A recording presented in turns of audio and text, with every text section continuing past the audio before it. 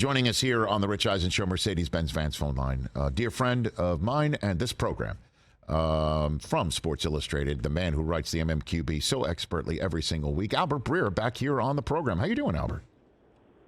Hey, Rich. I just got off of 2 hours of Boston Sports Radio, so you can imagine what that was like. Oh, today. boy. Oh, gosh, Albert. Oh, boy. I mean, do you have any latest news? Like, what's happening? I mean, I think the Celtics are going to have some sort of announcement later in the day. I mean, there's got to be a lot more to this story. I think there is a lot more to this story than's out there now. And, I mean, man, it was funny. One of the things we talked about, it's not funny, but, one of the things we talked about is, like, how awful this must be for every female member of that organization right now. Just get it and out I mean, there. like, the way that they're all being Googled. They're all having their pictures put up on Twitter. And, like, the Celtics have to say something soon because they put every female member of that organization in just a god-awful spot today.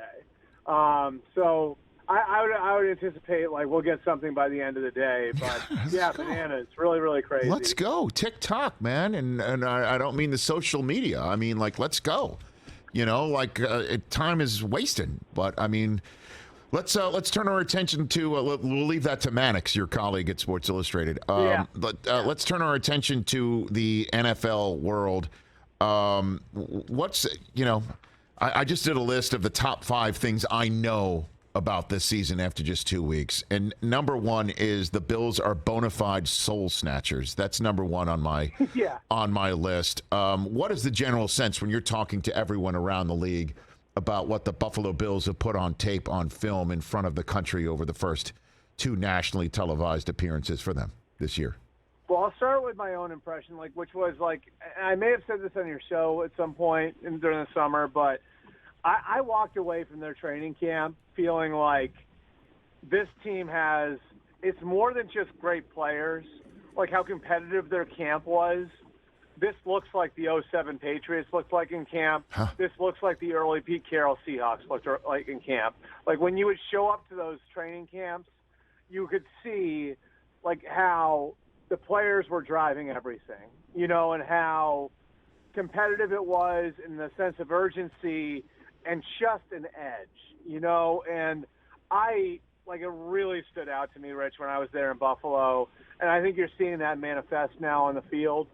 And I can just tell you, I've gotten, every emoji you would think I would get from, scouts, coaches with other teams on Monday night, that's what it was. Like, my God, the Buffalo Bills and the way they look. And, look, maybe the Titans aren't what they were last year, but they were the number 1 seed in the AFC last year. And Mike Vrabel's a damn competent coach, Yep. And the Rams are the reigning world champions. And maybe they're not what they were last year. But, Sean McVay is pretty good at his job, And, so I just think there's, a little bit of that, wow, this team, looks like – and, the crazy thing about it, Rich, is, there's still more levels to this. You still see things out there where they could have been a little bit better here. They could have been a little bit better there. Like some of the short yardage stuff. They're going to get better in those areas. And then you think on Monday night who they were without. They still haven't had their best defensive player out on the field yet. Tre'Davious White is an all-pro corner. He still hasn't played a down for them. And on Monday night, they didn't have Gabe Davis, and they didn't have Ed Oliver. And so, I just think you look at the levels of this and, where it could go. And I think, the best thing to me is, I think the players are driving all of this. I think Von Miller's made a huge difference.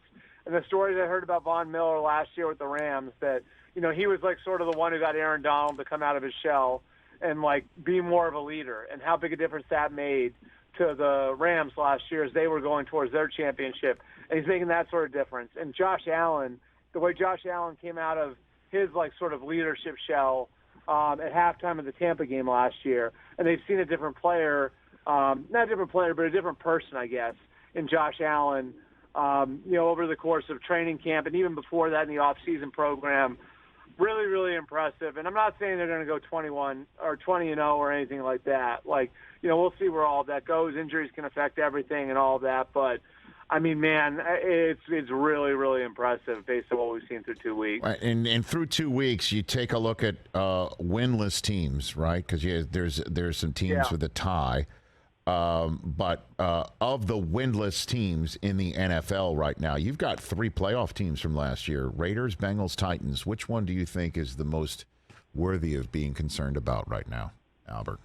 What do you think? I'm a little concerned with the Titans. I mean, I think the Bengals are going to be okay because I think the Bengals, they have the quarterback, and I think the Bengals are going through some of what Kansas City went through at the beginning of last year.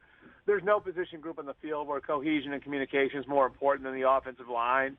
The Chiefs dealt with that early last year. It became a strength by the end of the year with all the new pieces they had. I think Cincinnati can count on that. The Raiders have a new coach. So the Raiders, I think they're going to be okay. I think it's going to take – there's some bumps that they're dealing with now. Blowing a big lead against the Cardinals wasn't great. I think they're going to be okay.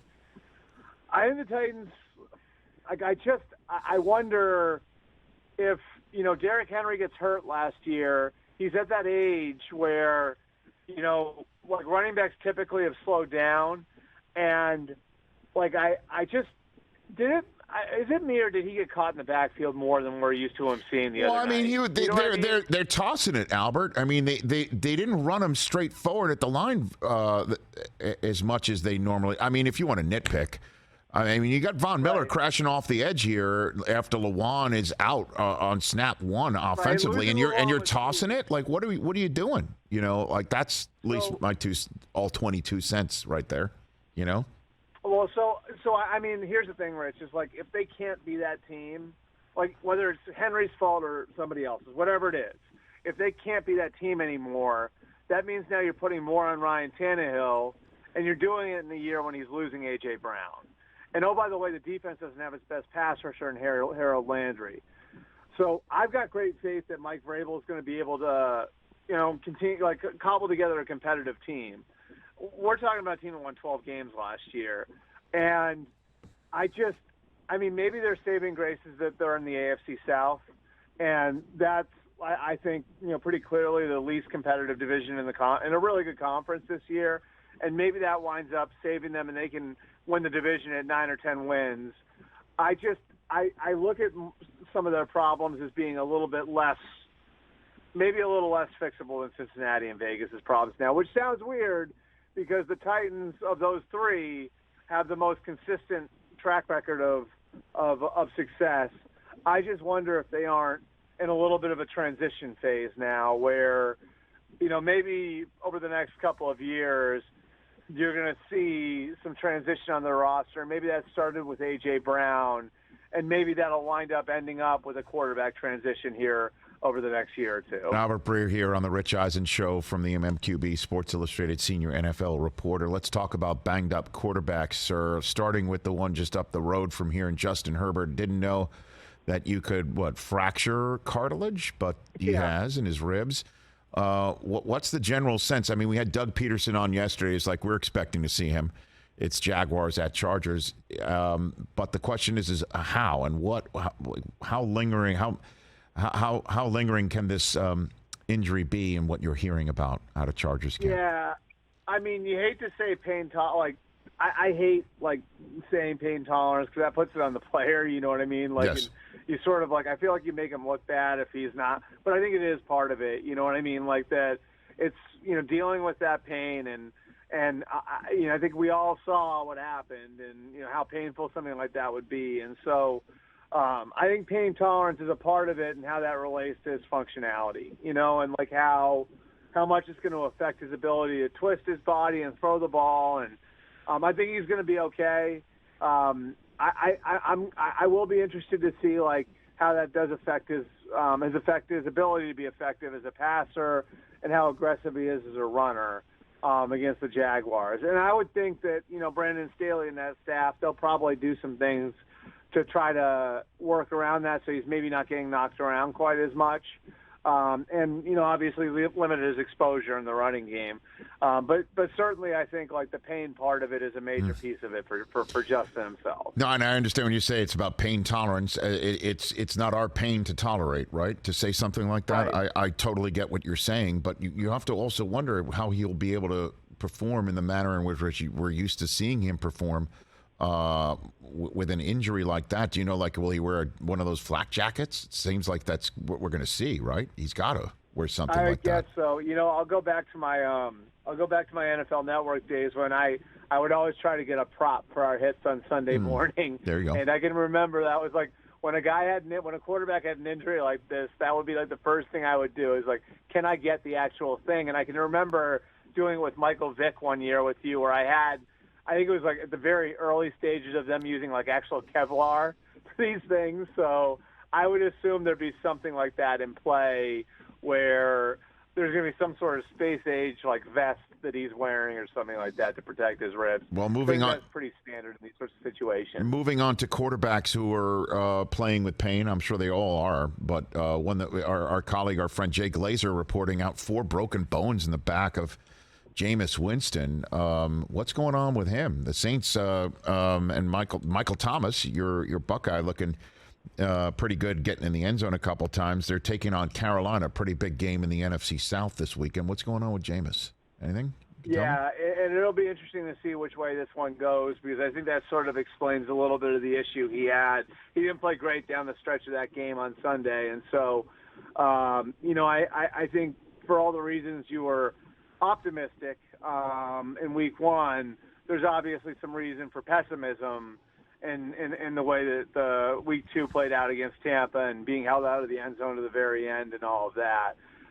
So I think if there's any positive to be taken from that, Rich, it could be maybe it explains some of the issues he has, because I can tell you, I mean, having talked to Dennis Allen after their first game, like they were super optimistic about where Jameis was and kind of the revamped receiver group, because if you think about it, it really is 3 brand new receivers, because Michael Thomas wasn't playing with Jameis Winston as a starting quarterback. He was hurt.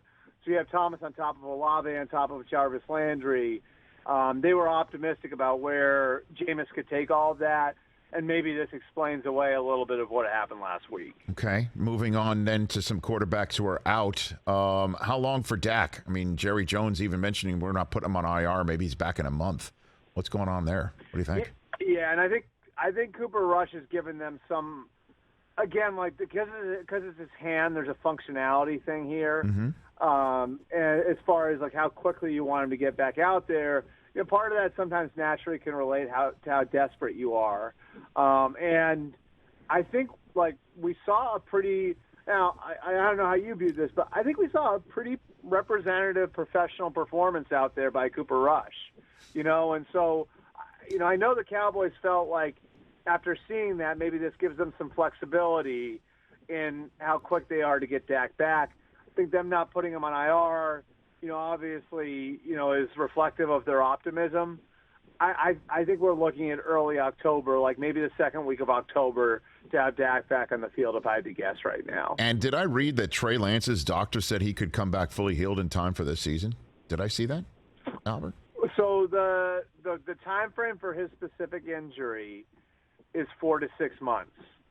So if you do the math, I mean, it'd be pushing it, and everything would have to go right. Right. But you would be talking about, like, January, which, I mean, it's a broken bone, so, like, that's part of it. You know what I mean? Like, when these things heal, you usually feel pretty good, like, okay, like, he'll be okay, and there won't be a ton of risk for re-injury. So I think it could make for an interesting situation, obviously, depending on how Jimmy Garoppolo is playing at the end of the year, presuming the Niners wind up in the playoffs. And I do think, despite what happened in week 1, that's a playoff team. You know what I mean? Like, and I think that's probably one of the 4 or 5 best rosters in the league. So yeah, I mean, if everything goes like 100% to plan, that 4 to 6 month timetable on the optimistic end of it could put you in a position where Lance could be ready to play before the end of the playoffs at the very least. Isn't it crazy? 5 quarters into the season, the Niners break the glass in the Jimmy G insurance policy. I know, right? Yeah. I mean, but I will say that I do think so. What's interesting about this one to me is I do think like the Niners. So, part of this was done with a long-term view in mind and everything else. But I think like on Labor Day weekend, going into week 1, think the Niners probably felt like at that point in time, Jimmy Garoppolo was a better quarterback than Trey Lance. I think the hope was, and you're going with Trey Lance because of the ceiling, that by playing a 17-game season, by the time you get to the end of the season, Trey Lance is a better quarterback than Jimmy Garoppolo. Now you lose all of that time on task that you were going to get with Trey Lance. So where does that leave Trey Lance, again, going into the playoffs potentially or going into 2023? It's just fascinating that way because I do think there's a fair amount of confidence, more confidence than people think, in Jimmy Garoppolo as a quarterback. I just, think that relationship got complicated, and I think Kyle Shanahan's experience in the Super Bowls, right, like losing to Tom Brady the way that he did in Super Bowl 51, and then, obviously losing to Patrick Mahomes the way he did in Super Bowl 54, sort of influenced the idea that you needed to raise the ceiling at that position. But there's still a fair amount of confidence in Jimmy Garoppolo to get the job done in that building. And then Zach Wilson, the initial conversation was, 2 to 4 weeks potentially. And then right after week one, Robert Saleh's, or right before it, saying, we're targeting week 4 against Pittsburgh, and that's right around the corner. What do you think? What's going on there? Yeah, Flacco looked pretty good last week too, didn't he? Well, he certainly looked very sharp, and if I'm Zach Wilson, I'm taking notes. That's for damn sure. Yeah. Yeah, I mean, I think one of the benefits for Zach Wilson here is going to be like everything that he's gone through over the last year and the role that Joe Flacco's played for him. I know like there was a point last year where Zach Wilson legitimately had the yips, and that was part of the reason why they brought John Beck in, who's his throwing coach, to work for the team at the end of the year last year, and why they sort of slow played his return from injury. And the coaching staff went back in the offseason and said, we need to streamline the offense, and we need to get him playing faster. And so they took a bunch of stuff out of the offense, and they married up some things, and they tried to make it so he could play faster out there. And one of the things that was really influential for Zach in going through all of that was the message from Joe Flacco to Zach was, stop worrying about every single thing out there. Stop worrying about what the backside corner is doing on every play. It's like you'll get to that, like Peyton Manning and Tom Brady eventually got to that point. No one your age is doing that. Just worry about your job.